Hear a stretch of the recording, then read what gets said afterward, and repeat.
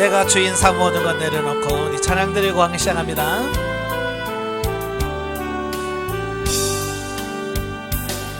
내가 주인 삼은 모든 것 내려놓고 내 주 대신 주 앞에 나가 내가 사랑했던 모든 것 내려놓고 주님만 사랑해. 주 사랑 거친 풍랑에도 깊은 마라처럼 나를 잠잠케 해. 주 사랑 내 영혼의 반석 그 사랑이 예설이. 아멘. 기도하겠습니다. 은혜로우신 아버지, 오늘 사사기의 말씀 앞에 섰습니다. 이 말씀을 통해서 깨닫게 하시고 우리의 삶에 놀라운 변화가 있도록 도와주옵소서. 시종을 맡겨오며 예수님의 이름으로 감사하며 기도합나이다. 아멘. 네, 이 시간에는 교재 146페이지입니다. 사사기 17장인데요. 17장은 이제 미가의 신상숭배와 레위 소년 제사장에 대한 말씀을 합니다. 그러니까 사사기 1장부터 16장까지는 이스라엘 역사 속에서 범죄하면 또 하나님의 징계가 오고, 징계하면 회개하고, 회개하면 하나님께서 구원해 주시고, 또 평안을 주신 다음에 재타락하고 하는 이런 수레바퀴를 계속 돌릴 수밖에 없었던 그런 역사적인 부분을 다루고 있고요. 이제 본장부터 이제 마지막까지는 왜 그러면 이스라엘에 그런 타락상이 올 수밖에 없었는가 라고 하는 어떤 원천적인 근본적인 부분을 다루고 있습니다. 그러니까 이제 본문의 사건은 앞으로 전개될 이스라엘의 우상 숭배와 아주 밀접한 관계를 갖고 있기 때문에 중요하다라고 볼 수 있겠죠. 그리고 대부분이 이제 지도자로 인해서 오는 문제가 있어요. 종교 지도자들의 문제. 그러니까 이 본문은 특별히 목회자들이 잘 보시고 경각심을 가지셔야 돼. 목회자가 얼마나 중요한지, 지도자가 얼마나 바르게 서야 되는지에 대한 부분을 가르쳐주고 있어요. 예, 훗날 본문은 우상숭배의 온상 역할을 했던 미가의 신상이 어떻게 만들어졌는가라고 하는 부분을 설명하고 있어요. 그러니까 사건의 발단은 미가라는 사람이 그 모친의 돈 1,100을 훔치면서 시작됩니다. 예, 이게 자식이 엄마의 돈을 훔친 거예요. 그러니까 잃어버린 부모가 얼마나 열받겠어요. 그래서 막 저주를 퍼붓는 겁니다. 예.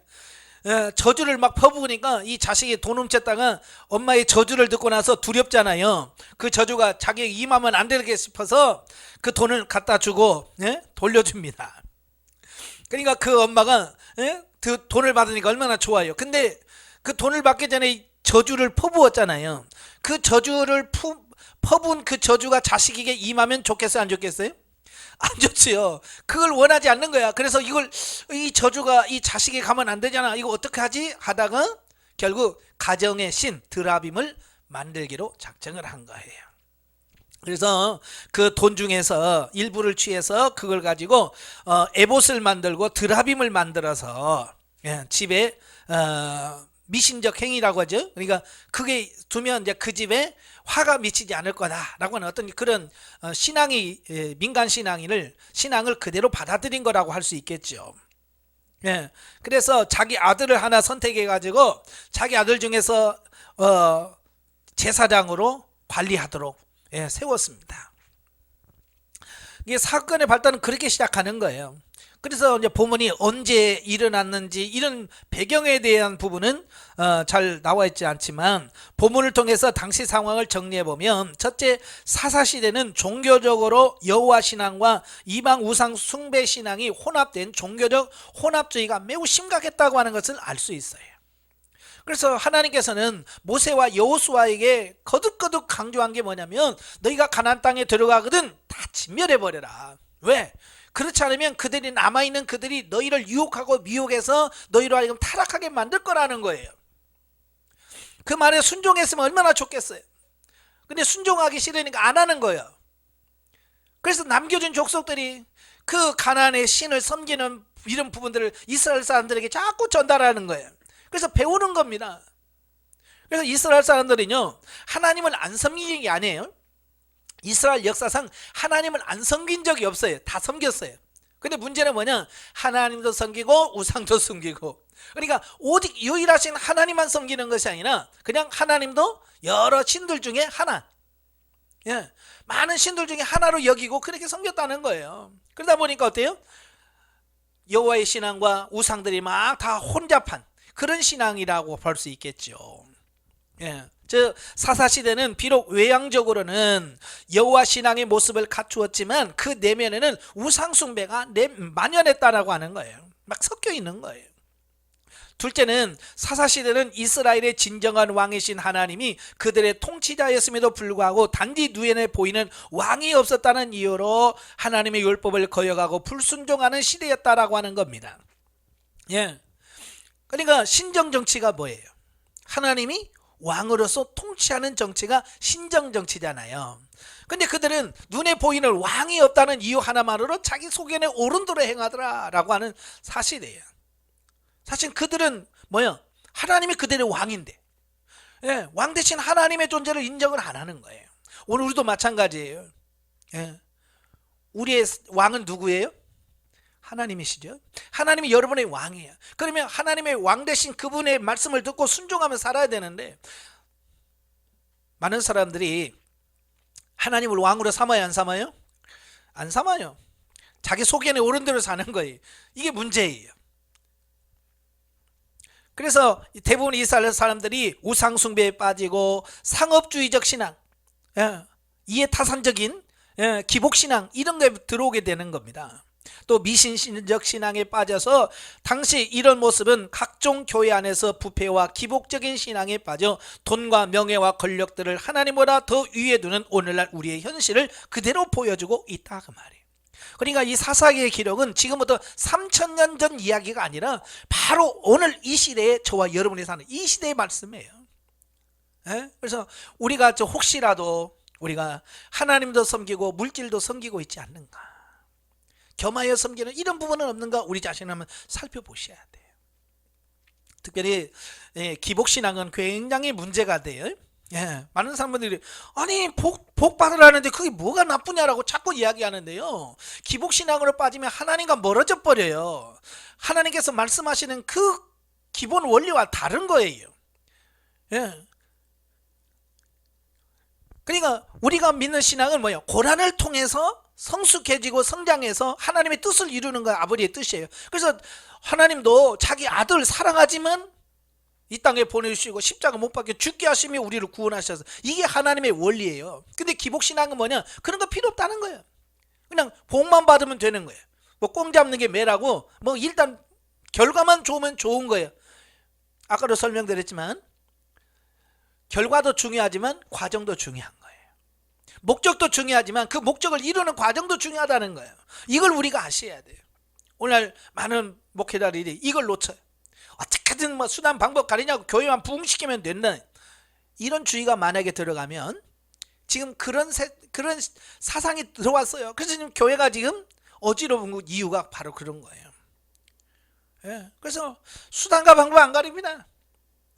그래서 뭐 옆에 있는 교회 성도 빼오는 거 뭐 그냥 기본이에요. 그게 안 돼요.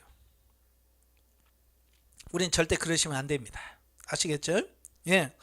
7절에 13절은 미가의 제사장. 자, 본문에는 미가는 때마침 거할 곳을 찾지 못하고 베들레헴을 떠나 방황하던 레위 소년을 발견하고 그에게 해마다 은 열과 의복 한 벌 그리고 식물을 주기로 약조하고 그를 데려다가 자기 집의 제사장으로 삼습니다. 그러니까 드라빔을 하나 만들어 놓고 우상 하나 만들어 놓고 자기 아들을 제사장 삼았는데, 아무래도 자기 아들보다는 이 레위 지파 사람을 제사장으로 삼으면 더 자기에게 유리할 거다, 복을 더 많이 줄 것 같은 생각 때문에 레위인을 자기 집의 제사장으로 삼습니다. 자, 여기서 이제 두 가지 사실을 발견하게 되어지는데, 당시 레위인들은 그들의 직분을 사명이라기보다는 직업으로 여기고 있었다는 것이다. 즉 레인들은 하나님을 섬기도록 거룩하게 구별된 자들이었다. 따라서 그들은 온 이스라엘 백성들이 다 타락한다 해도 여호와 신앙을 보존해야 할 책임과 의무를 지닌 최후의 보루가 되어야 돼. 그죠? 레인은 뭐요? 종교적인 문제를 다루고 있는 사람들이라서 다 타락해도 끝까지 하나님 앞에 진실하게 살아야 될 사람이 대표가 레인이에요. 그런데 그 레인이 어떻게 돼요? 몇 푼 돈 때문에 신앙 양심을 다 팔아버리고 레위 가운데서 오직 아론의 자손만이 수행할 수 있는 그 제사장직을 외람되게 수행하는 거야. 그 돈 몇 푼 받겠다고, 은 10개 받고 옷 한 벌 받겠다고, 먹을 거 받겠다고 신앙과 모든 걸 다 포기해버렸잖아요. 이건 성직자의 타락을 말합니다. 성직자가 타락하면 이렇게 돼요. 가끔 우스갯소리를 그러잖아요. 목사를 잘못하면 먹고 살기 위해서 하면 먹사가 된다 그러잖아요. 목사는 사명으로 하는 거예요. 내가 굶어 죽어도, 내가 굶어 죽는다 할지라도 하나님께 주신 사명을 가지고 그 사명을 감당하는 사람이 목사고, 먹고 살기 위해서 먹고 사는 방편으로 삼는 사람은 목사예요. 여러분 절대 그러시면 안 돼요. 근데 이 레위는 아직 그런 사명감이 없는 거예요. 그러니까 먹고 살 일이 없으니까 그 모든 신앙 양심 다 팔아버리고 남의 집에 가서 우상을 숭배하는 제사장이 된다는 건 말이 안 되는 거죠. 두 번째로는 당시 이스라엘 백성들은 그들의 당연한 본분을 망각하고 하나님을 섬기는 레인을 푸대접했다는 것이에요. 자, 베들레헴에 사는 레인이 왜 떠돌아다닙니까? 먹을 것이 없으니까. 사실 여호수아 시대에 다른 지파는 다 기업을 주었지만 레위 지파는 기업을 안 줬잖아요. 그러면서 여호와가 그들의 기업이 된다라고 말씀했습니다. 그래서 이스라엘 백성들이 11조를 내서 그 11조를 가지고 레인들이 먹고 살도록 되어 있어요.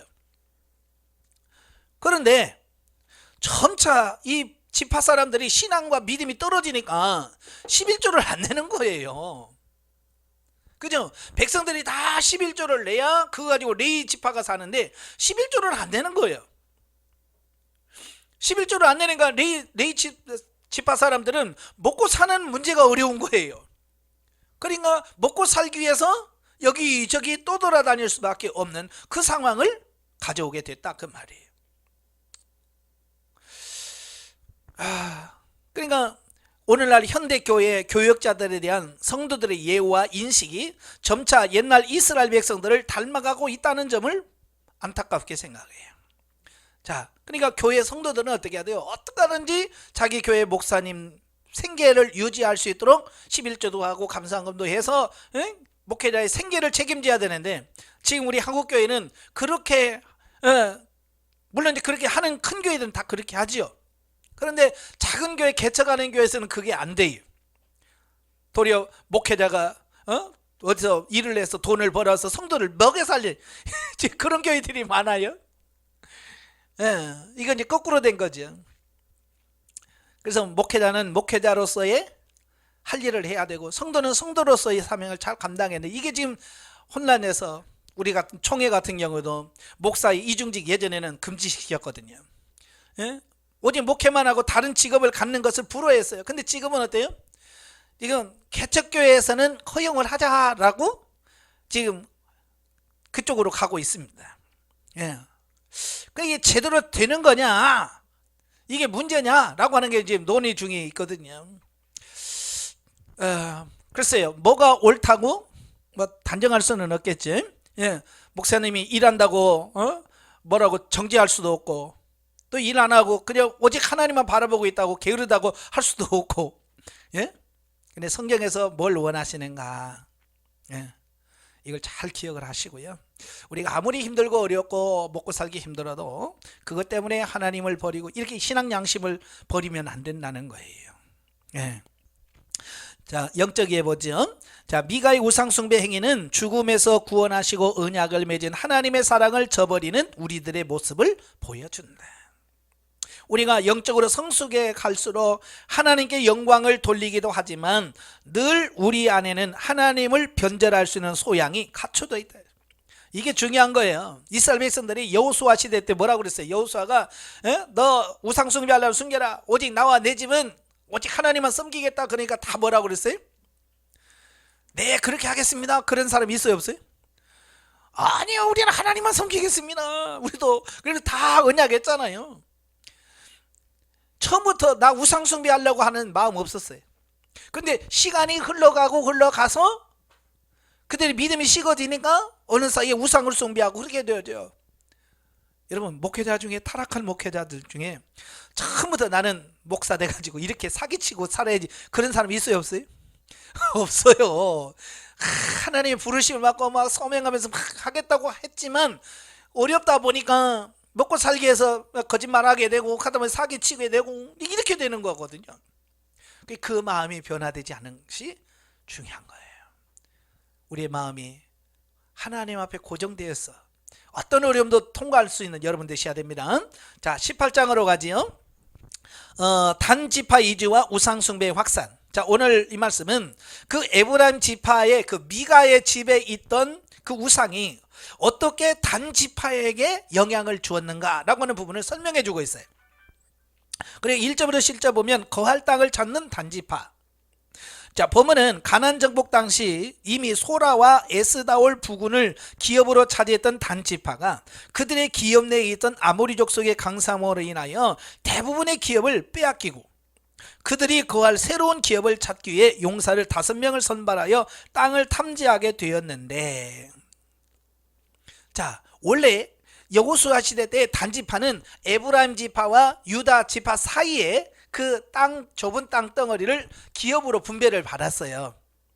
그래서 그 땅으로 가보니까요, 그 땅에 원래 살고 있던 아모리 족속들이 똘똘 뭉쳐갖고 이 단지파를 대적하는 거예요. 이 단지파는 그렇지 않아도 작은 땅인데, 그죠? 작은 땅인데 그 중에서도 대부분이 아모리 사람한테 빼앗기고요, 좁은 땅대로 살려니까 얼마나 힘들겠어요. 그래서 그들은 하나님께 기도하면서 하나님 이 땅을 가나안 족속들 치게 하시고 이기게 주세요 기도해야 되는데 그걸 안 해. 그리고 뭐라 그래? 야, 더 넓은 좋은 땅 없나?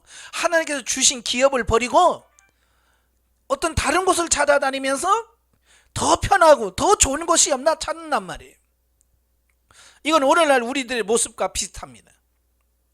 자, 하나님께서 여러분들에게 어떤 힘든 사역지에 보내서 거기서 사명을 감당하라고 그래. 그럼 어떻게 해야 돼요? 감당해야죠. 죽더라도. 근데요, 목회를 하다 보면요, 거기서 죽기를 바라는 사람 없어요. 맨날 옆에서 기웃기면 어디 좋은 데 없나.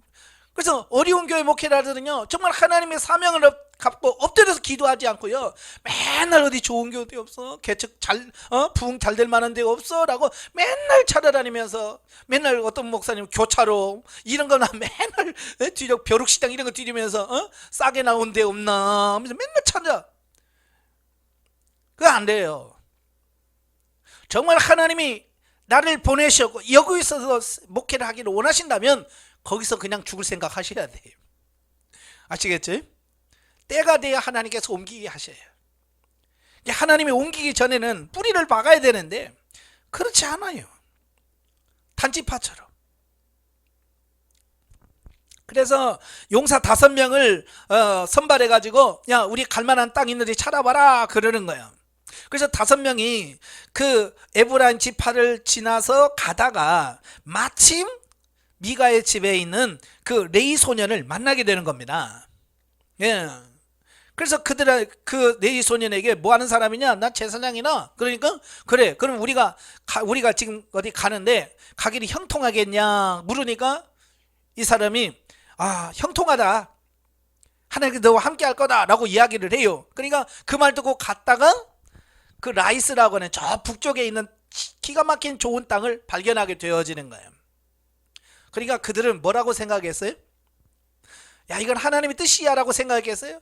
야, 그 귀신같이 잘 맞히네, 용하네. 그렇게 되어지는 거예요. 정말로 잘못되어졌는데도 불구하고 그걸 그냥 신앙으로 받아들여 버리는 거예요. 그러니까 얼마나 그들이 우매한지, 자, 이걸 우리가 알 수 있습니다.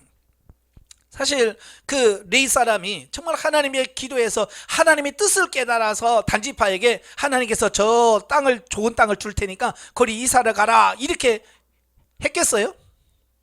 정말 기도해서 하나님의 뜻을, 응답을 받아서 말했겠어요? 아니요. 그냥 듣기 좋게 얘기한 거거든요. 그죠? 여러분도 만약에 누가 하면 뭐라고 대답해요? 망할 거예요. 그런 사람 있어요? 좋게 얘기하잖아요. 그지? 좋게 했는데 그게 딱 들어맞을 수도 있고 안 들어맞을 수도 있잖아요. 근데 이 경우는 딱 들어맞은 거예요. 그냥 한 말이 맞아 들어간 거예요. 오늘도 마찬가지예요. 많은 사람들이 예언하는 사람들에게 하면서 항상 하는 말이 뭐예요? 잘 맞춰. 기가 막히게 맞춰. 여기다 초점을 맞춘단 말이에요. 그걸 맞추면 안 돼요. 귀신같이 잘 맞춘단 말이죠. 원래 귀신 들린 사람이 더 잘 맞춥니다. 예. 그러니까 잘 맞춘다고 진리는 아니에요. 이게 정말 하나님의 뜻이냐? 이걸 깨달아야 돼. 만약에 여기서 그 레위 지파가 정말 하나님의 종이었다면, 정말 살아있는 종이었다면 무슨 소리냐? 하나님께서 너에게 기업 주신 땅에서 그 땅을 차지하고 그 가나안 족속을 쳐서 진멸해서 하나님 주신 땅을, 기업을 차지해야지. 무슨 엉뚱한 소리 하냐? 이렇게 해야 되거든요. 그렇지 않아요? 근데 좋게 얘기하는 거예요. 그래서 그 말을 듣고 올라가서 그 위에 있는 라이스 땅을 보고 너무 좋아. 그래서 돌아가가지고 야, 우리가 좋은 땅 발견했다. 그래서 기쁜 소식을 전합니다. 자, 149페이지. 이상에서 볼 때 단지파는 그들의 기업을 얻기 위해서 나름대로 치밀한 계획을 수립하고 조직적으로 활동한 그들의 행동은 비록 진취적이요 신앙에서 나온 것처럼 보인다. 그러나 사실은 불순종하고 폐역한 발상에서 나온 인본주의적인 것에 불구하다라고 하는 거예요. 왜냐하면 하나님께서 주신 기업에서 하나님의 뜻과 상관없이, 그죠? 하나님의 뜻과 상관없이 자기들 마음대로 기업을 옮겼기 때문이란 말이에요. 이건 신앙이 아닌 거예요. 예? 그 결과 언약 백성으로서의 모습과 지위를 상실해버립니다. 하나님께서 주신 기업을 버리고 딴 데로 가요. 예, 그래서 하나님과 언약적 백성으로서 지위를 상실합니다. 그 다음에 기업을 차지하는 과정에서 하나님의 보호와 인도하심을 받지 못했을 뿐만 아니라 훗날 이스라엘 공동체에서 없어진 지파와 같이 취급되는 비극을 맛보아야만 했다는 겁니다. 자, 이게 무슨 말이냐면요, 계시록 7장에 보면 인맞은 자 14만 4천 명이 나오죠. 그 각 유다 지파의 12만 12,000이 이렇게 해서 쭉 해서 14만 4천 명 나오잖아요. 근데 거기서 빠진 지파가 하나가 있어요. 단지파예요. 단지파 이름이 빠져버렸어요. 왜냐하면 그들은 하나님의 뜻을 버리고 자기 마음대로 쫓아 올라가서 우상을 숭배한 결과 하나님의 언약 백성에서 제한됐다라고 하는 것을 상징적으로 보여주는 겁니다. 그래서 여러분도 이게 중요한 거예요. 예? 우리가 하나님께서 주신 사명을 정말 감당할 수 있어야지. 그걸 버리고 여기 끼웃거리고 저기 끼웃거리고 하면 정말 우리도 하나님의 언약에서 배제될 수 있고 떨어져 나갈 수 있다는 것을 기억하시라 그 말이에요. 예. 저도 사실 인천에서 9년 동안 목회하면서 정말 부흥이 안 되더라고요. 부흥이 내 마음대로 안 되잖아요. 그때 참 많은 갈등을 했어요. 참 어떻게 해야 되지? 그때 옆에 있는 목사님들이 막 거기는 부흥할 자리 아니니까 교회 옮겨. 빨리 옮겨. 빨리 옮기는 게 좋아. 막 그러면서 막 얘기는 하지. 그럼 그 소리 들을 때마다 어떻게 하면 좋아요? 근데 주님은 허락을 안 하는 거예요. 그래도 저도요, 사람인지라 그래도 알아보러 다녔어요. 하나님이 허락하지 않는데도 불구하고 저도 알아보러 많이 돌아다녔어요. 근데 막상 가서 보면 이 마음이 평하지가 않는 거예요. 왜? 하나님이 허락하지 않는데 내가 옮겨서는 안 되잖아요. 그래서 버틴 게 9년이에요. 지하 30평에서 9년을 버텼어요. 그러니까 9년 버티고 나니까 하나님께서 나오라고 하시고 저를 안양으로 인도해서 또 개척하게 하시고, 자, 그렇게 하시더라고요. 그러니까 중요한 게 뭐냐? 하나님 옮기라고 구름 기둥과 불 기둥이 뜰 때까지 기다릴 줄 아는 게 이게 믿음이에요. 하나님께서 저를 훈련시키는 게 그런 거예요. 예. 잘 될 때가 문제가 아니라 안 되고 힘들어도 하나님께서 말씀하실 때까지 기다릴 수 있는 거, 이게 믿음이에요. 아시겠죠? 예. 그 다음에 11절부터 31절까지면 단지파의 이주. 이 5 용사로부터 라이스 땅의 정착지로 매우 적합하다는 희망적인 보고를 받은 단지파가 다시 이제 600명의 용사를 선발해서 정복하러 라이스로 갑니다. 그 정복하러 가다가 일전에 그 5 용사가 머물렀던 미가의 집에 이르러서 그 레위 소년 제사장과 미가가 만든 신상을 탈취해 버립니다. 야, 여기 집에 우상도 있고 그 제사장이 용하더라, 그를 데리고 와라. 그러니까 이들이 그 남의 집에 있는 그 우상과 모든 걸 다 가지고 가버리는 거예요.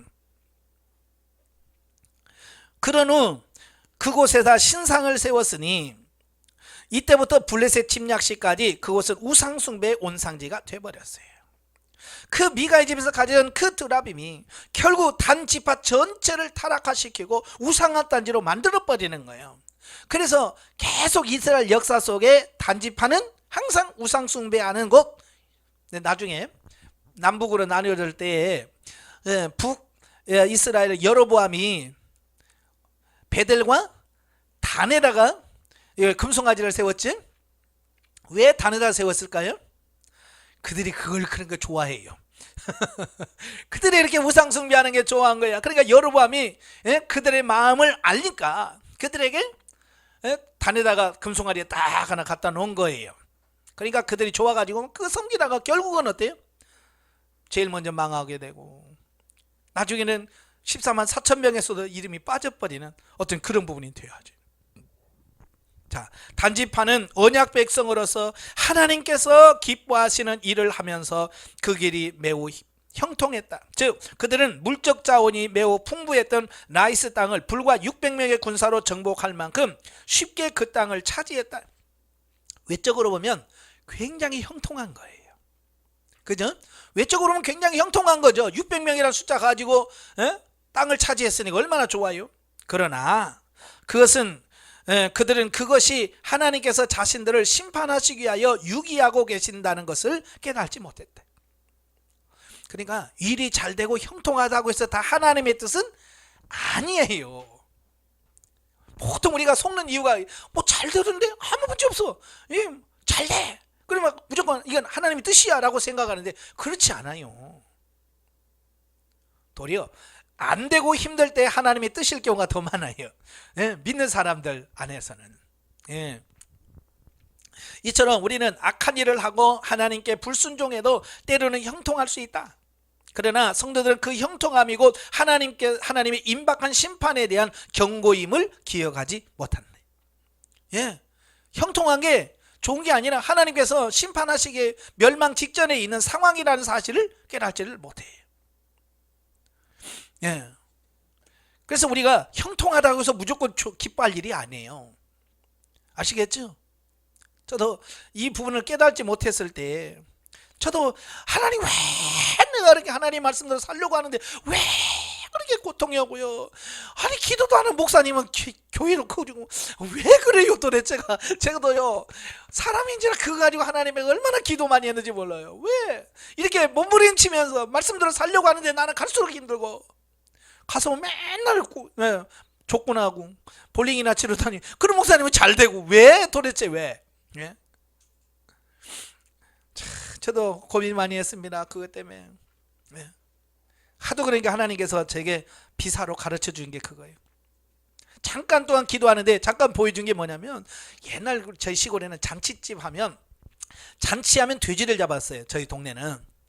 그러니까 예를 들어서 아들 하나 장가 보내려면 그 결혼 날짜 직전에 잡으려고 미리 돼지 한 마리 사서 키웁니다. 어쨌든 이게 날짜가 가까우면 큰 돼지를 사서 키우고 멀면 새끼 갖다 키워요. 그죠?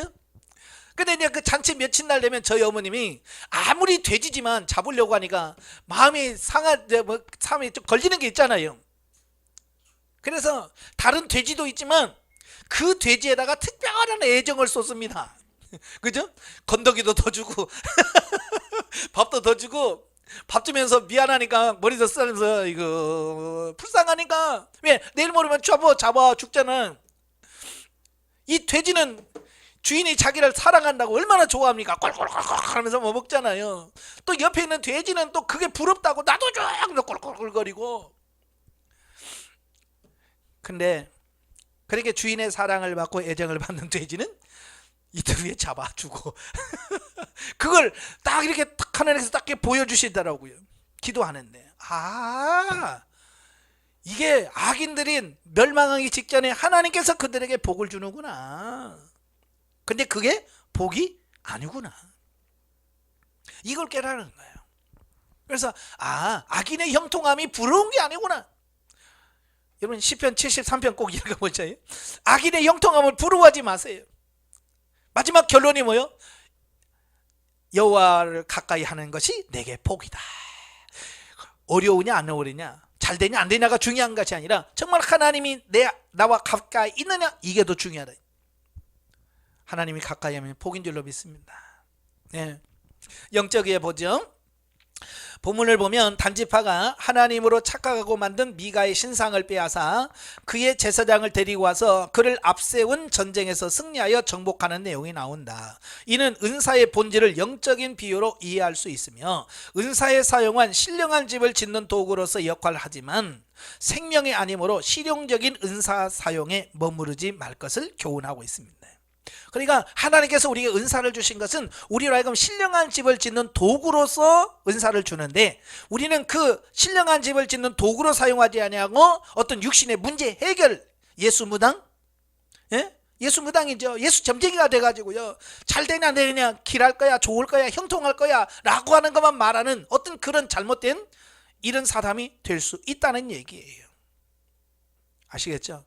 그래서 은사 가지고 장난치면 안 돼요. 은사는 절대 생명이 되지 않습니다. 생명이 아닙니다. 그래서 우리가 이걸 잘 깨달으셔야 돼요. 19장으로 가죠. 타락한 레인 가정과 기부와 비류의 만행.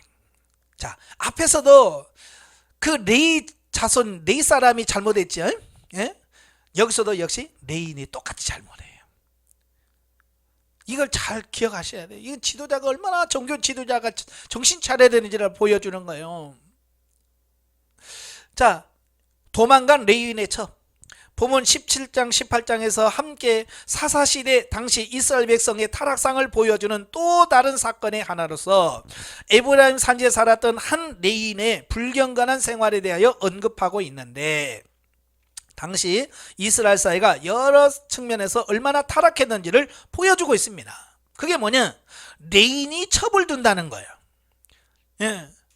하나님을 섬기는 레인이 첩을 얻었다고 하는 말은 그 시대가 얼마나 종교적으로 타락했는지를 보여주는 겁니다. 그러니까 그 나라의 종교는 결국 종교 지도자들이 타락했나? 이걸 보면 아는 거예요. 둘째는 그 또 레인의 첩이 다른 남자와 간음하고 도망쳐버려. 이건 성적인 타락이 얼마나 심각한지를 알겠죠. 첩을 얻은 첩이 또 바람나가지고요, 다른 남자하고 하다가 들키니까 도망가 버려요. 또 도망간 딸을 넉 달 동안이나 자기 집에 머물러 방치한 레인의 장인의 태도도 마찬가지예요. 자기 딸이 정신을 못 차리고 그랬으면 혼쭐을 내야죠. 그죠? 정신 바짝 차리게 어떻게 그럴 수가 있냐라고 해서 해야 되는데 아무것도 안 해. 내 딸이니까 이뻐만 해주는 거예요. 방조하는 거예요. 그리고 네 번째, 그 밖에도 첩을 찾은 후 집으로 돌아가는 레인을 영접하는 사람이 한 명도 없는 기부와 성읍의 모습은 이스라엘 사이에 공동체 의식이 결여되어 있음을 증거하고 있다. 그러니까 이 네 가지 사실을 보면 그때 당시 죄가 얼마나 만연했는지, 여러분 다 깨끗한데 죄 한 사람 지면요, 이건 문제가 돼요. 그런데 다 죄 지는데 죄 하나 짓는 사람은 아무 끔찍도 안 합니다.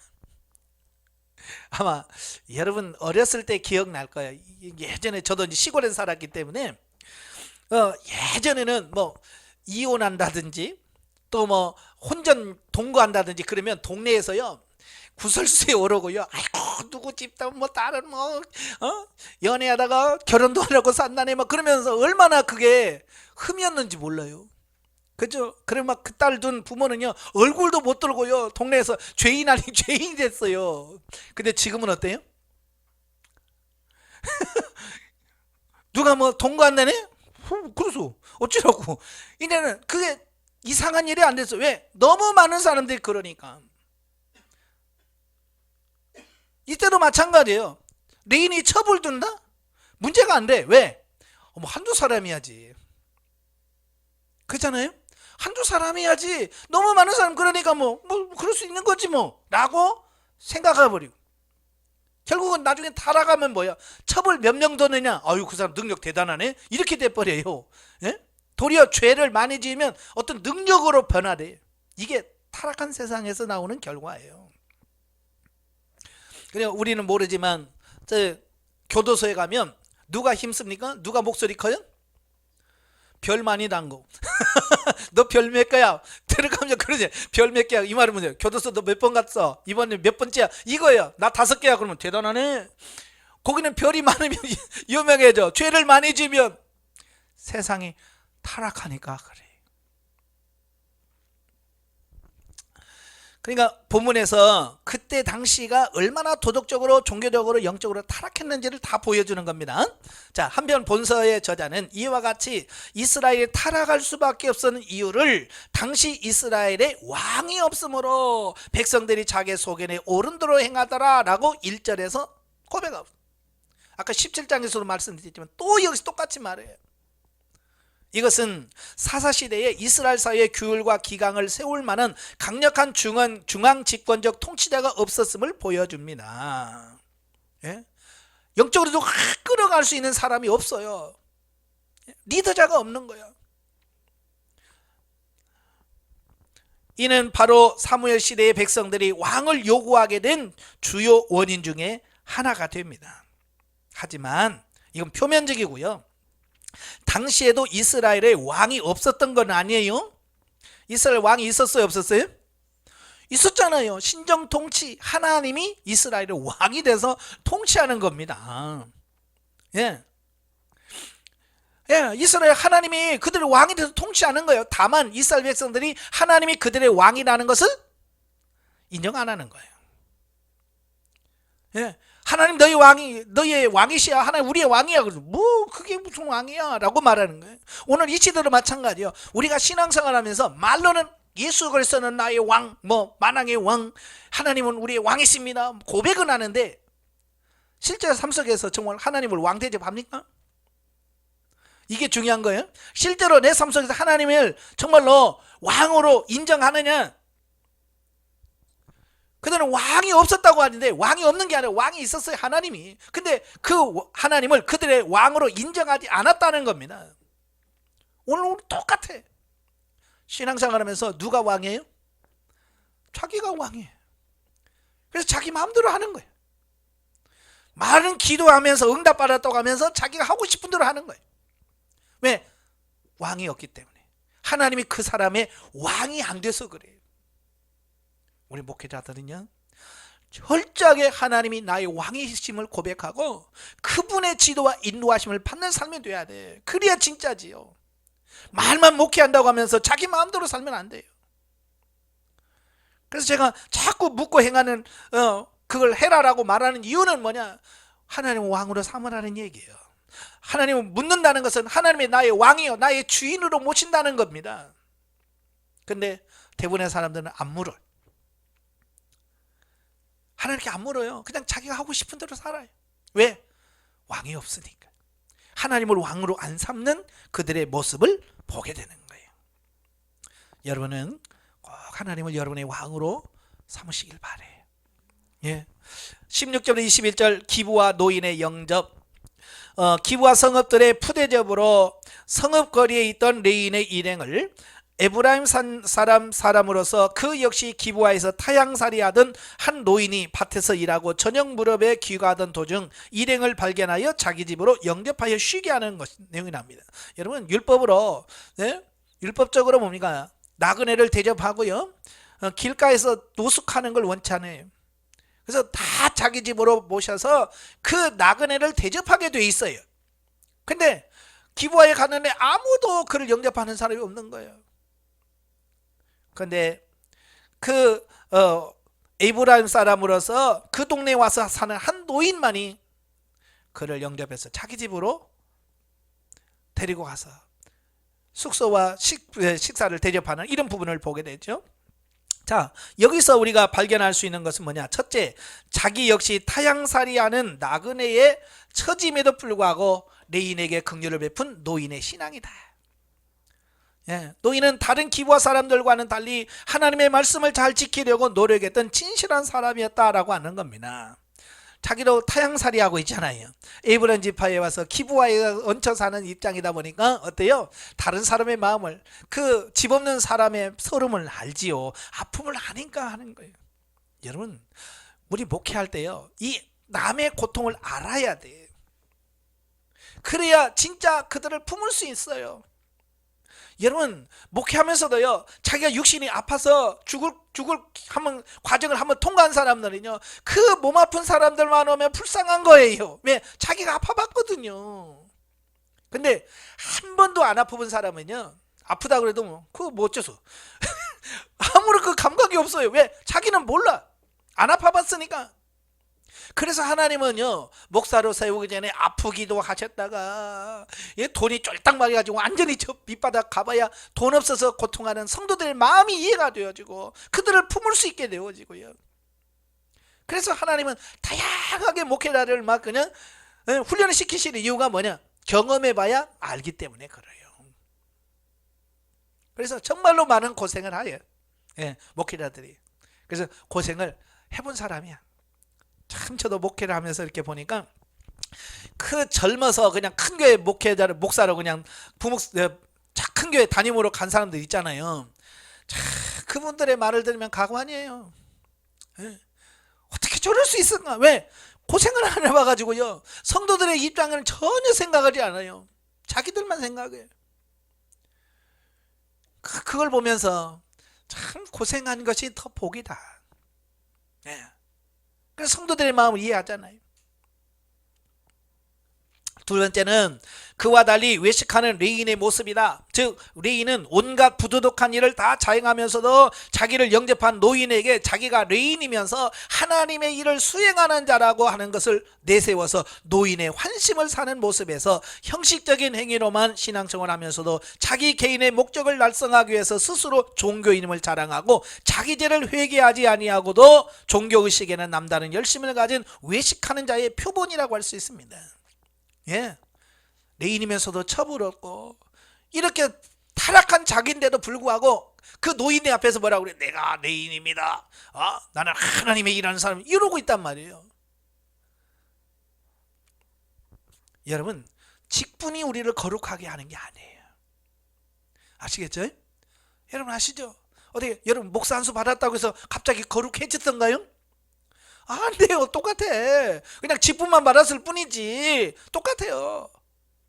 근데 우리는 막 어떤 분은 이 목사 받았다고 무조건 나 목사요 막 그러면서 그것만 강조해요. 성도들은요, 그것보다도요, 그분이 영적인 상태가 어떤지 다 꿰뚫어 보고 있습니다. 성도들 무시하지 마세요. 열린 성도들 너무 많습니다. 그래도 그들은 우리 성도는 착해요. 다 보여도요, 그냥 못 본 듯 하면서 다 참아주고 있습니다.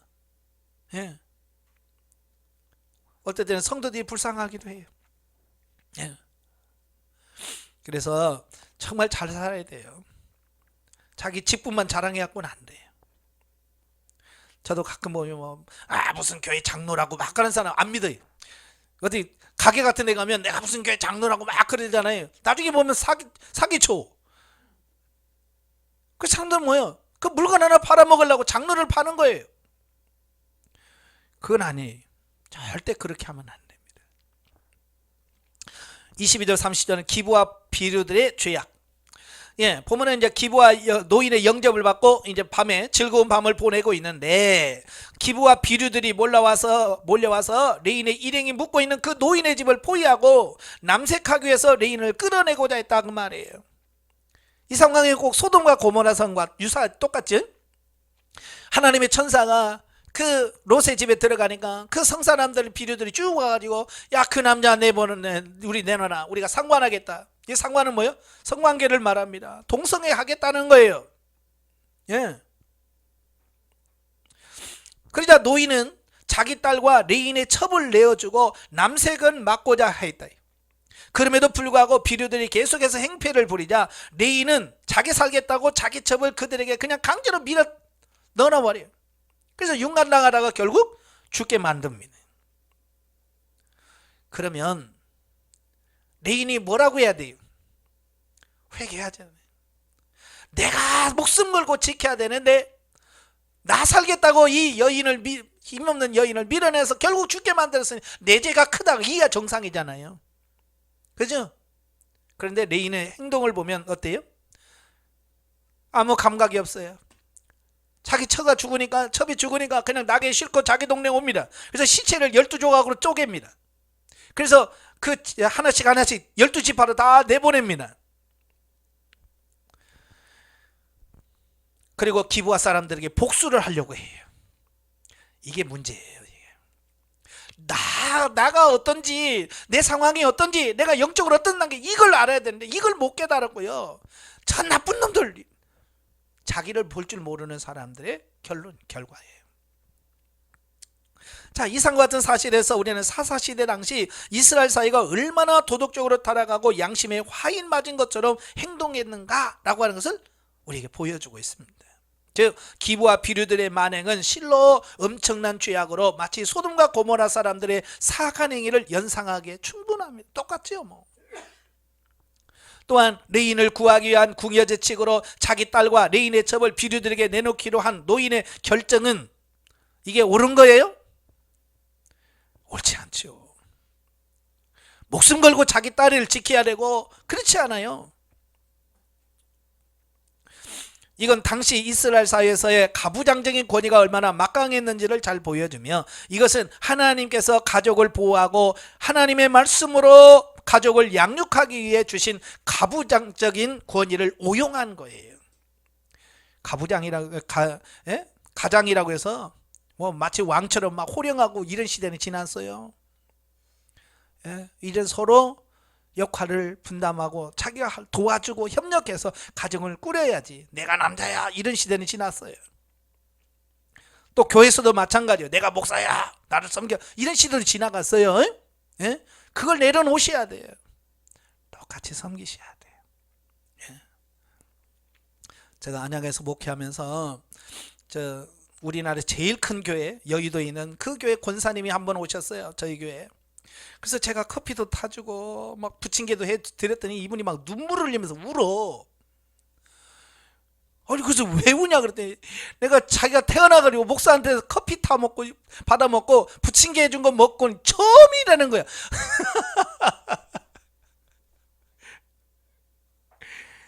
지금까지 대접만 하고 그냥 왕처럼 섬기기만 했지 대접을 받아보질 못했다는 거야.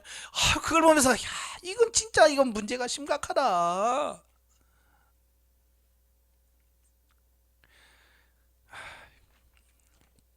섬기시길 바래요.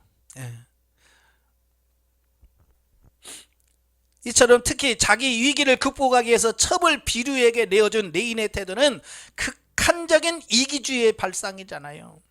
자기만 살겠다는 거 아니에요.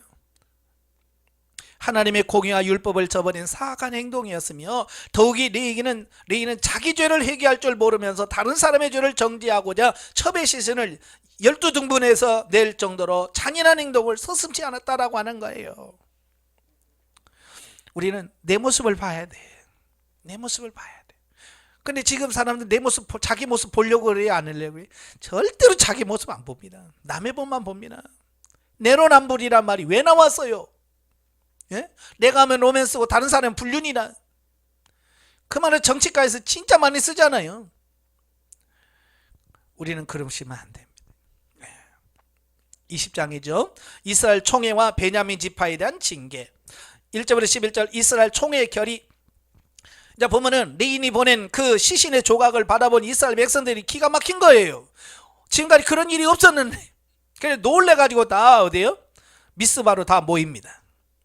그래서 레인에게 전말을 듣습니다. 그리고 기브아에 대한 응징을 결의합니다.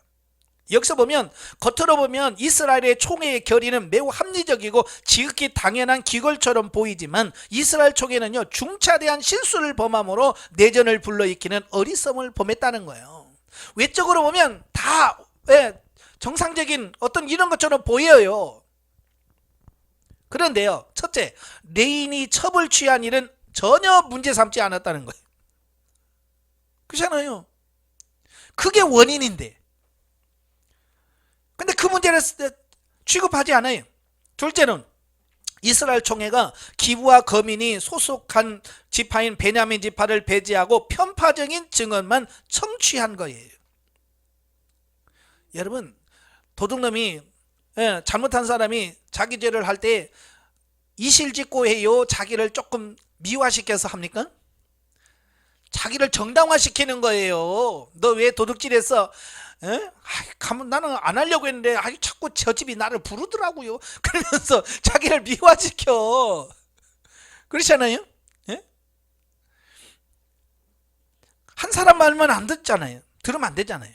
항상 상대편의 말을 들어야 되잖아요. 그래서 양쪽 편의 말을 들어봐야 상황이 이렇구나 해서 해야 되는데 일방적으로 레인의 말만 듣는 거예요. 여러분, 교회에서 성도들 간에 이런 분쟁이 있을 때요, 우리가 기억할 것은 일방적으로 한 편만 들면 안 돼요. 반드시 상대방의 말도 들어보고 그리고 나서 종합적으로 평가하셔야 돼요. 목회자들이 그걸 못하면 교회에서 분파가 생겨요. 그래서 쪼개집니다. 서로의 말을 들어보셔야 돼요. 이런 사실을 통해서 알 수 있는 것은 이스라엘 백성들 사이에는 진정한 공동체 의식이 결여되어 가고 있고요, 또 지파 간에 보이지 않는 알력이 쌓이고 있었음과 기부와 비류들의 만행에 대해서도 우선적으로 하나님 앞에 공동 책임을 느껴야 했는데 그러지 못한 거라는 거예요. 그러니까 공동 책임이라는 게 뭡니까? 우리들의 죄입니다. 우리가 잘못해서 저렇습니다. 이렇게 나 때문이요, 내 탓이요, 그래야 되는데 전혀 그런 부분이 안 보여요. 오직 기부와 저 인간들만 나쁜 놈이야, 저것만 어떻게 벌을 내야 돼 라고 하는 거기만 초점을 맞춰져 있는 거예요. 그래서 하나님께서 그 전쟁에서 실패하게 만드는 거예요. 이거 너부터 깨달아, 너부터 변화돼, 그 말이거든요. 그래서 결국 싸우기로 해서 싸우죠.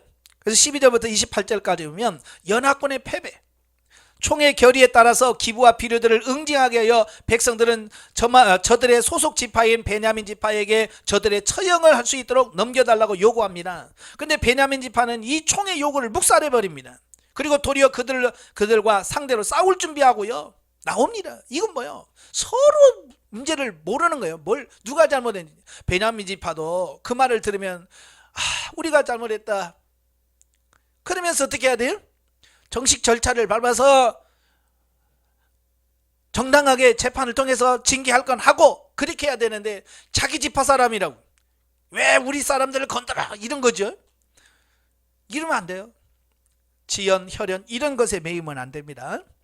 절대로 안 되는데 거기에 매여버렸어요. 그래서 싸우러 나오는 거예요. 그래서 싸우게 된 거예요.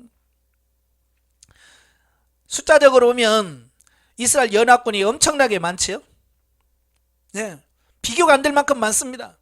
그런데 1차, 2차 두 번이나 완패를 당합니다. 왜? 정당성도 갖추어졌고 숫자도 많은데 왜 졌을까? 다 이미 설명드렸죠.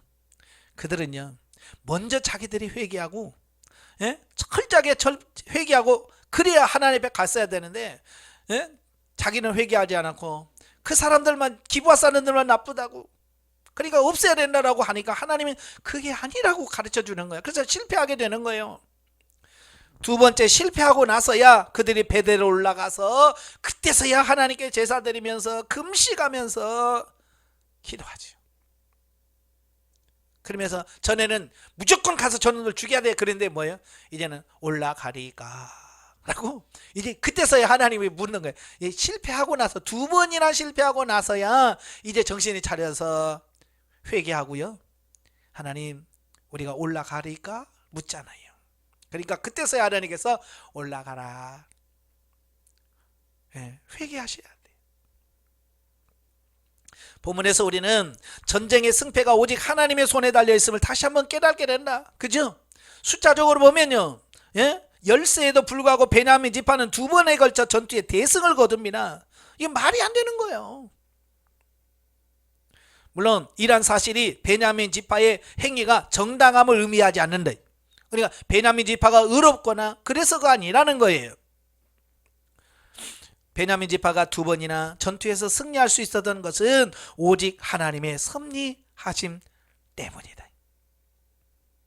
즉 하나님께서는 자신들의 내재된 죄를 회개할 줄 몰랐으며 또한 자신들의 능력만 믿고 하나님을 요식 절차상으로만 찾았을 뿐만 아니라 이방인도 아닌 언약 공동체의 일원을 하나님의 뜻을 묻기도 전에 단죄하고 도말하려고 한 이스라엘 연합군에 패배케 하심으로써 경고하신 거예요.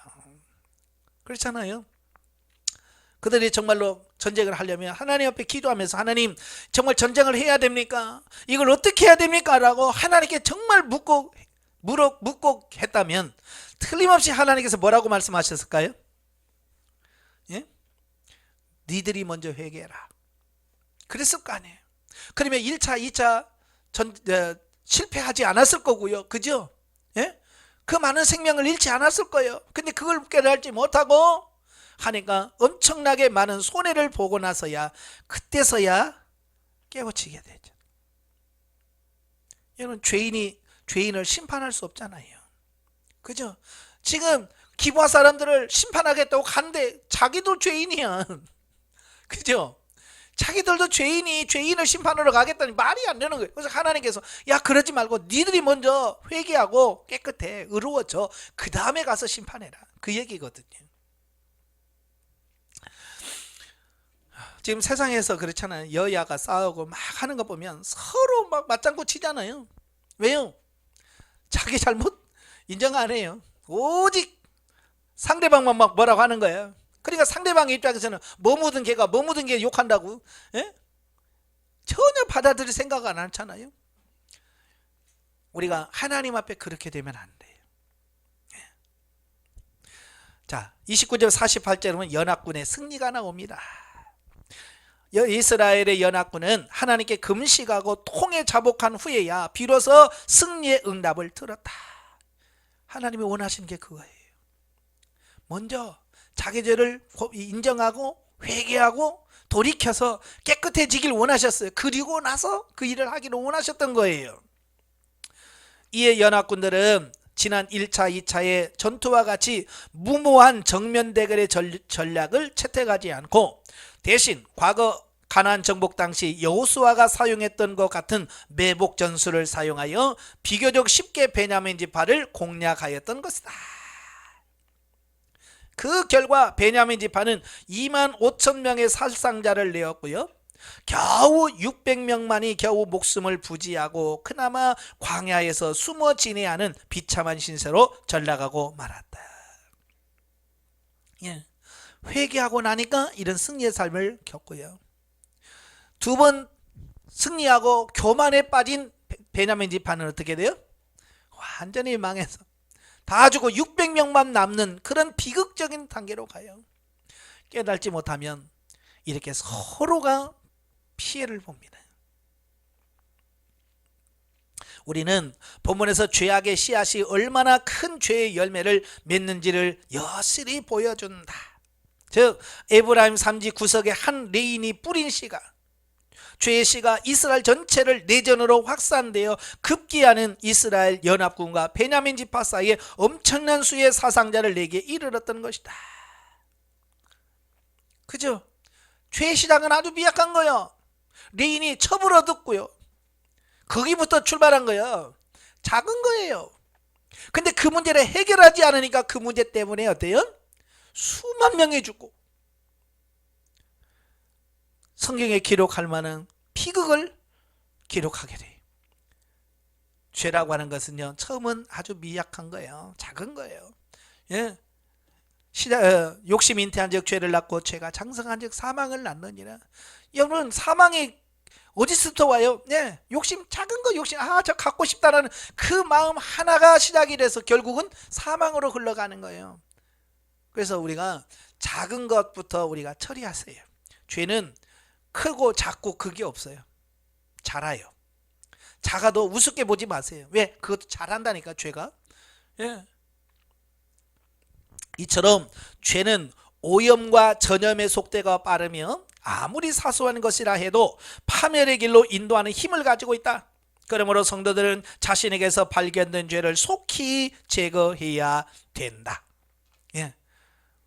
죄는 아낄 필요가 없어요. 그냥 보이는 쪽쪽 처리하셔야 돼요. 이제 여러분도 마찬가지예요. 여러분 속에서 올라오는 것들이 있을 거예요. 그죠? 있어요, 없어요? 예, 여러분 안에 있습니다. 예, 미워하는 마음도 있고요, 시기하는 마음도 있고요, 질투하는 마음도 있고요, 혈기도 있고요. 그럴 때마다 어떻게 해야 돼요? 다 세상 사람들이 다 이러고 사는데 뭐 그래야 돼요? 안 돼요. 하나님, 내 속에 아직도 이런 게 있네요. 내 안에 이런 혈기가 남아있네요. 하나님, 십자가에 처리시켜 주세요 라고 기도하고, 예? 철저하게 그런 부분을 뿌리를 뽑아내버려야 돼. 그래야 나중에 내가 혈기로 인하여 죄를 짓지 않습니다. 근데 우리는 보통 넘어가요. 이 정도는 뭐 죄도 아니야. 사람들 뭐 이보다 더 심해. 그리고 그걸 처리를 안 해요. 그러면 어느 사이에 그 죄에 내가 사로잡혀서 더 큰 죄를 짓는 이런 모습을 보게 되는 거예요. 자, 영적에 보면, 자, 본문에서 한 레인이 베냐민 지파에 속한 기브아에서 자기 첩과 지내다가 베냐민 지파의 비류들에 의해 비참한 일을 당하고 그 일로 인하여 이스라엘에 내전이 발생하는 내용이 나온다. 이 내용에서 우리가 영적으로 성장하는 과정 가운데 자신의 영적 가치 기준이 모호하고 갈등과 혼동이 발생하는 것을 영적으로 비유해 주고 있다. 우리는 늘 진리가 우리를 주장하도록 영적 분별력의 토대 위에 서야 한다. 예. 이들이 정말로 분별력만 있었다면 이렇게 죄를 안 짓고요, 이렇게 안 했겠죠. 여러분도 영적 분별력이 있기를 바라요. 자, 마지막 21장입니다. 21장은 이스라엘 총회의 회개와 베냐민 지파의 회복에 대한 말씀입니다. 1절부터 12절, 백성들의 후회, 비록 죄악을 응징하기 위함이긴 하였으나 전쟁을 끝난 후에 이스라엘 백성들은 자신들의 지나친 행동으로 인하여 한 지파가 자신들 가운데서 끊어질 위기에 처한 사실을 알고는 근심하며 후회하지 않을 수가 없었다. 왜 이렇게 늦게 후회하냐고요. 우리 사람들은 미련해요. 예? 미리 했으면 얼마나 좋아. 근데 다 손해보고 망해봐야 그때서야 아이고 그러지요. 예, 그러지 말고. 그래서 자꾸 물어나는 이유가 그거예요. 꼭 이렇게 실패하고 나서 나중에 손해 다 보고 나서 그때서야 깨달으면 늦는다 그 말이에요. 그러니까 미리 아버지 어떻게 할까요? 하나님 어떻게 하기를 원하십니까? 라고 기도하면서 하나님의 뜻을 찾아가면서 하는 그런 삶이 필요해요. 그래서 베냐민 지파를 멸절의 위기에서 이르게 한 자신들의 과도한 행동에 대해서는 죄책감을 느끼고 하나님께 제사를 드리는 가운데 타개책을 찾지만 이전 미스바 총회 때의 맹세로 인하여 별 묘안을 찾지 못하고 근심에 사로잡힙니다. 그러니까 처음에 모여서 베냐민 지파에게 딸을 주지 말라, 하나님의 이름으로 맹세를 했거든요. 그러니까 한번 맹세했기 때문에 이거 베냐민 지파 살리려면 여자가 필요한데 맹세 계속 할 수도 없고요, 이러지도 못하고 저러지도 못하는 그런 상황이 있어요. 그러던 중에 그들은 이전 총회에서 맹세하던 맹세대로 미스바 총회에 참여하지 아니한 야베스 길르앗 거민을 징벌하게 됩니다. 우리는 본문에서 두 가지 교훈을 얻을 수 있는데요. 첫째는 하나님의 뜻에 벗어난 자기 중심적인 열심은 큰 오점을 남기게 된다는 사실. 예. 그러니까 처음부터 하나님께 묻고 했으면 그런 일이 없잖아요. 근데 육신의 열심, 저런 나쁜 놈이 있나? 저걸 어떻게 해결해야 되라고 하는 어떤 그런 육신적인 이런 게 앞서다 보니까, 그죠? 큰 그런 엄청난 결과를 가져오게 되는 거예요. 그래서 육신적인 열심은요, 내세면 안 돼요. 그래서 사도 바울이 고린도전서에서 뭐라고 그래요? 내가 열심을 내되 하나님의 열심으로 열심을 내노니, 그런 말씀을 해요. 예. 바울은 열심은인데 무슨 열심이냐? 하나님의 열심. 내 열심이 아니에요. 예? 내 열심. 왜? 사도 바울은요, 사도 되기 전에 얼마나 열심을 냈습니까? 그죠? 스데반 집사 죽이고 교회를 파괴하려고 얼마나 혈안이 됐습니까? 얼마나 그 열심이 대단했으면 다메섹까지 가가지고, 남의 나라까지 가가지고, 그죠? 예? 남의 나라까지 가가지고 예수 믿는 사람 잡아가두려고 공문 가지고 할 정도로 대단한 열심이었잖아요. 근데 예수님 만나고 나니까 그 열심이 영의 열심이 아닌 거예요. 하나님의 열심이 아닌 거예요. 육신의 열심인 거예요. 그때서 깨닫는 거예요. 여러분, 열심 내십시오. 그러나 그 열심이 육에서 나온 열심인지 영의 열심인지 이건 구분하셔야 돼요. 많은 목회자들이요, 이 육적인 열심에 빠져버린 사람이 많아요. 그래서 그냥 막 열심히 합니다. 뭐든지 막 전도도 열심히 하고 뭐도 열심히 하는데 육의 열심인 경우가 많아요. 그래서 결국 육의 열심을 나타나는 게 뭐냐? 자기 의만 나타납니다. 자기 의만 나타나, 하나님의 영광 안 나타납니다. 두 번째, 죄악을 묵과 방조하는 일 또한 그 죄에서 상응한 대가를 받게 된다는 사실이다. 그러니까 신경 쓰시, 아이 몰라, 나로 내 죄가 아닌데 뭐, 이렇게 방조하는 것도 죄라 그 말이에요. 즉 야베스 길르앗 거민들은 비록 베냐민과의 범죄에는 참여치 않았으나, 그죠? 죄 안 졌어요. 그들과 같은 죄는 안 졌으나 이스라엘 총회에 고의적으로 불참함으로써 베냐민 지파의 죄악을 묵인 방조한 셈이 돼버린 거예요. 야, 가서 치자. 그러는데 와, 우리는 안 가요. 이건 방조하는 것과 같은 거예요.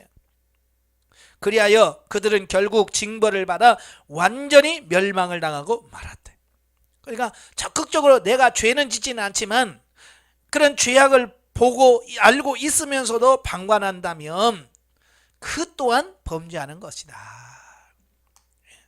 사실 죄 짓는 사람 책망하는 게 쉬워요, 어려워요? 참 여러분도 묵회하면서 그럴 거예요. 보면은 성도들이 분명히 죄를 잘못했는데도 불구하고 왜 그런 죄를 졌느냐라고 이거 말하는 게 이게 쉽지 않아요. 엄청나게 어려워. 예.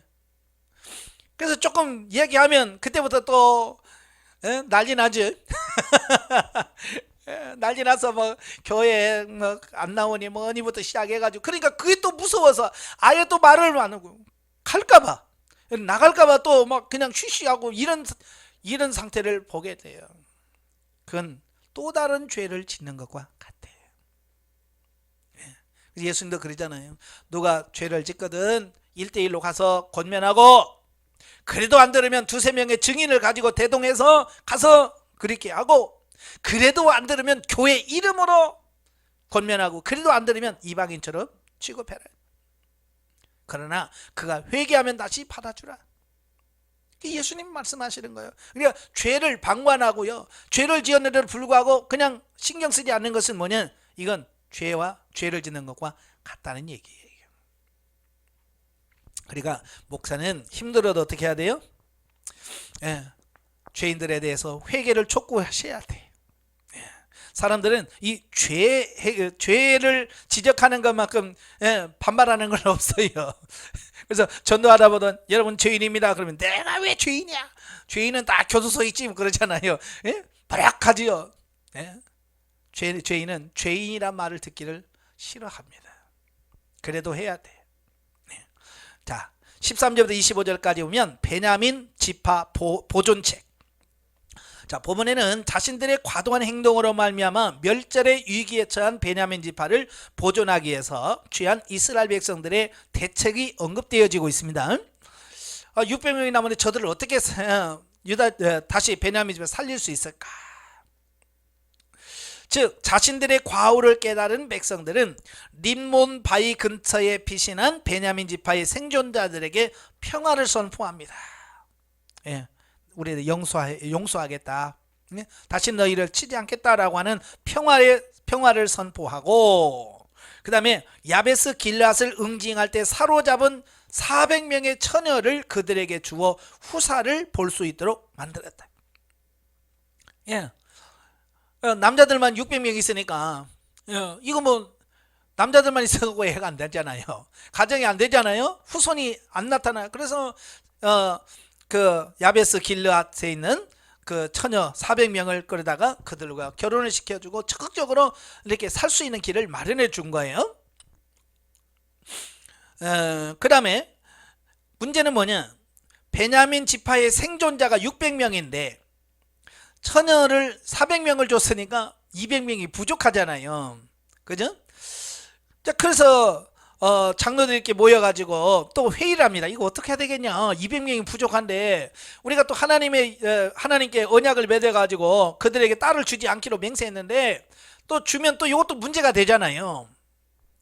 그래서 그들이 내는 결과물이 뭐냐면 이스라엘 장로들이 여호와의 절기에 춤추러 나오는 실로의 처녀들을 베냐민 지파 사람들로 하여금 납치하여 아내로 삼게 하는 것이었다. 자, 이게요, 그 머리에서 나오는 그 문제가 그래요. 그러니까 육적인 사람은요, 뭘 짜내도 육신적인 것밖에 안 나와요. 기대할 수가 없어요. 왜 제가 여러분이 영적인 사람으로 바뀌라고 말하냐면, 내가 영적인 사람으로 바뀌지 않으면요, 생각하는 거나 말하는 게 다 뭐예요? 육신적일 수밖에 없어요. 내가 변화되지 않으면 이게 안 돼요. 말은 영적이라고 말만 한다고 해서 되는 건 아니잖아요. 예? 영적인 것은 흘러나오는 거예요. 풍겨나는 겁니다. 말 안 해도요, 풍겨나와요. 알게 돼요. 그래서 이게 중요한 거예요. 여러분이 영적인 사람이 돼야 돼요. 그래야 영적인 생각을 하게 되고 영적인 결과물을 낳을 수 있습니다. 보세요. 이스라엘 백성은 겨우 모여가 총회한다는 게 뭐냐, 여호와의 절기에 춤추러 나온 처녀들 납치해가지고 부인 삼아를. 아니, 이 말은 무슨 말이에요? 요즘 같으면 교회 부흥회 나가던 축제할 때 우리 처녀들 많을 때 그때 납치해 가라, 그런 말과 같은 거잖아요. 그게 말이 됩니까? 참, 말이 안 되는데도 말이 돼요. 이게 참, 그래서 처음부터 조심해야지. 예. 처음 잘못하면, 이거 첫 단추를 잘못 깨면 이렇게 엉뚱하게 돼요.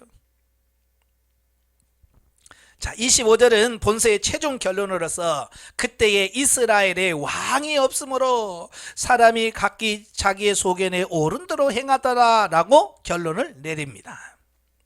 이는 곧 당시 이스라엘의 강력한 중앙 집권적 통치자가 없었음을 의미하기도 하지만 그들의 참 통치자이신 하나님에게서 떠났음을 의미합니다. 하나님을 그들의 왕으로 인정하지 않았다는 얘기예요. 예, 왜냐하면 사사시대 당시의 이스라엘은 비록 인간이 세운 왕은 없었지만 하나님께서 친히 그들의 왕이 되어서 그들을 통치하고 계셨기 때문이다. 우리가 신의 산 언약이라고 하는 게 뭐예요? 신의 산 언약의 핵심이 뭐예요? 나는 너희의 하나님이 되고 너희는 내 백성이 되는 거예요. 여기서 하나님이 너희의 하나님이 된다는 것은 왕으로서, 이스라엘의 왕으로서 하나님이 서시겠다, 그 얘기거든요. 그런데 이스라엘 백성들은 그 하나님의 은혜를 잊어버리고 자기 소견대로 행함으로써 마치 왕이 없는 자들과 같이 행했던 것이다. 우리가 지금까지 그렇게 살아왔잖아요. 그죠? 예, 말로는 하나님의 왕이요, 예, 예수 왕 뭐 그러면서 막 이렇게 하지만 실제로는 묻지 않고 행하는 게 뭐요? 내가 왕이라는 얘기죠.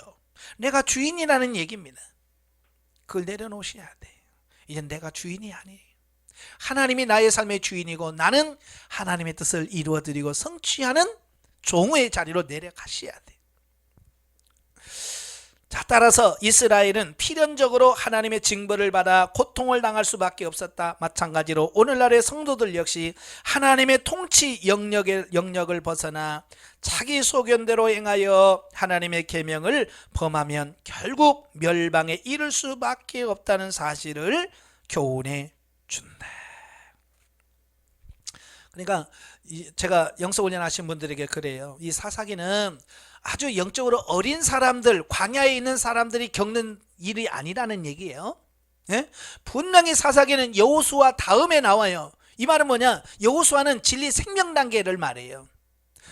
그러니까 우리가 영적으로 성장해서 장성한 사람들이 겪을 수 있는 부분이 뭐냐? 그게 사무엘이에요. 아니, 사사기예요. 그러니까 성장했다 할지라도 영이 바르게 세워지지 않으면 이 사사기 같은 혼란을 겪게 된다. 이걸 우리에게 말씀해 주고 있습니다. 어때요? 여러분 사사기 같은 이런 삶을 살고 싶어요? 아니죠. 사사기 읽으면서 은혜 되는 거 있어요? 없잖아요. 근데 우리도 또 그렇게 산다고요. 예. 왜? 내가 변화되지 않으면, 내가 영중심의 삶이 확고하게 이루어지지 않으면 우리가 그렇게 안 돼. 예. 우리가 가끔 보면 욕하면서 배운다는 말이 있잖아요. 그죠? 자식들이 보면 부모 욕하면서 나는 우리 아버지처럼 안 살 거야 그래 놓고도 제가 또 아버지처럼 살고 엄마처럼 살고 있잖아요. 예. 그러면 안 됩니다. 우리가 완전히 변화되셔야 돼요. 예. 넘겨서 영적에 봅니다.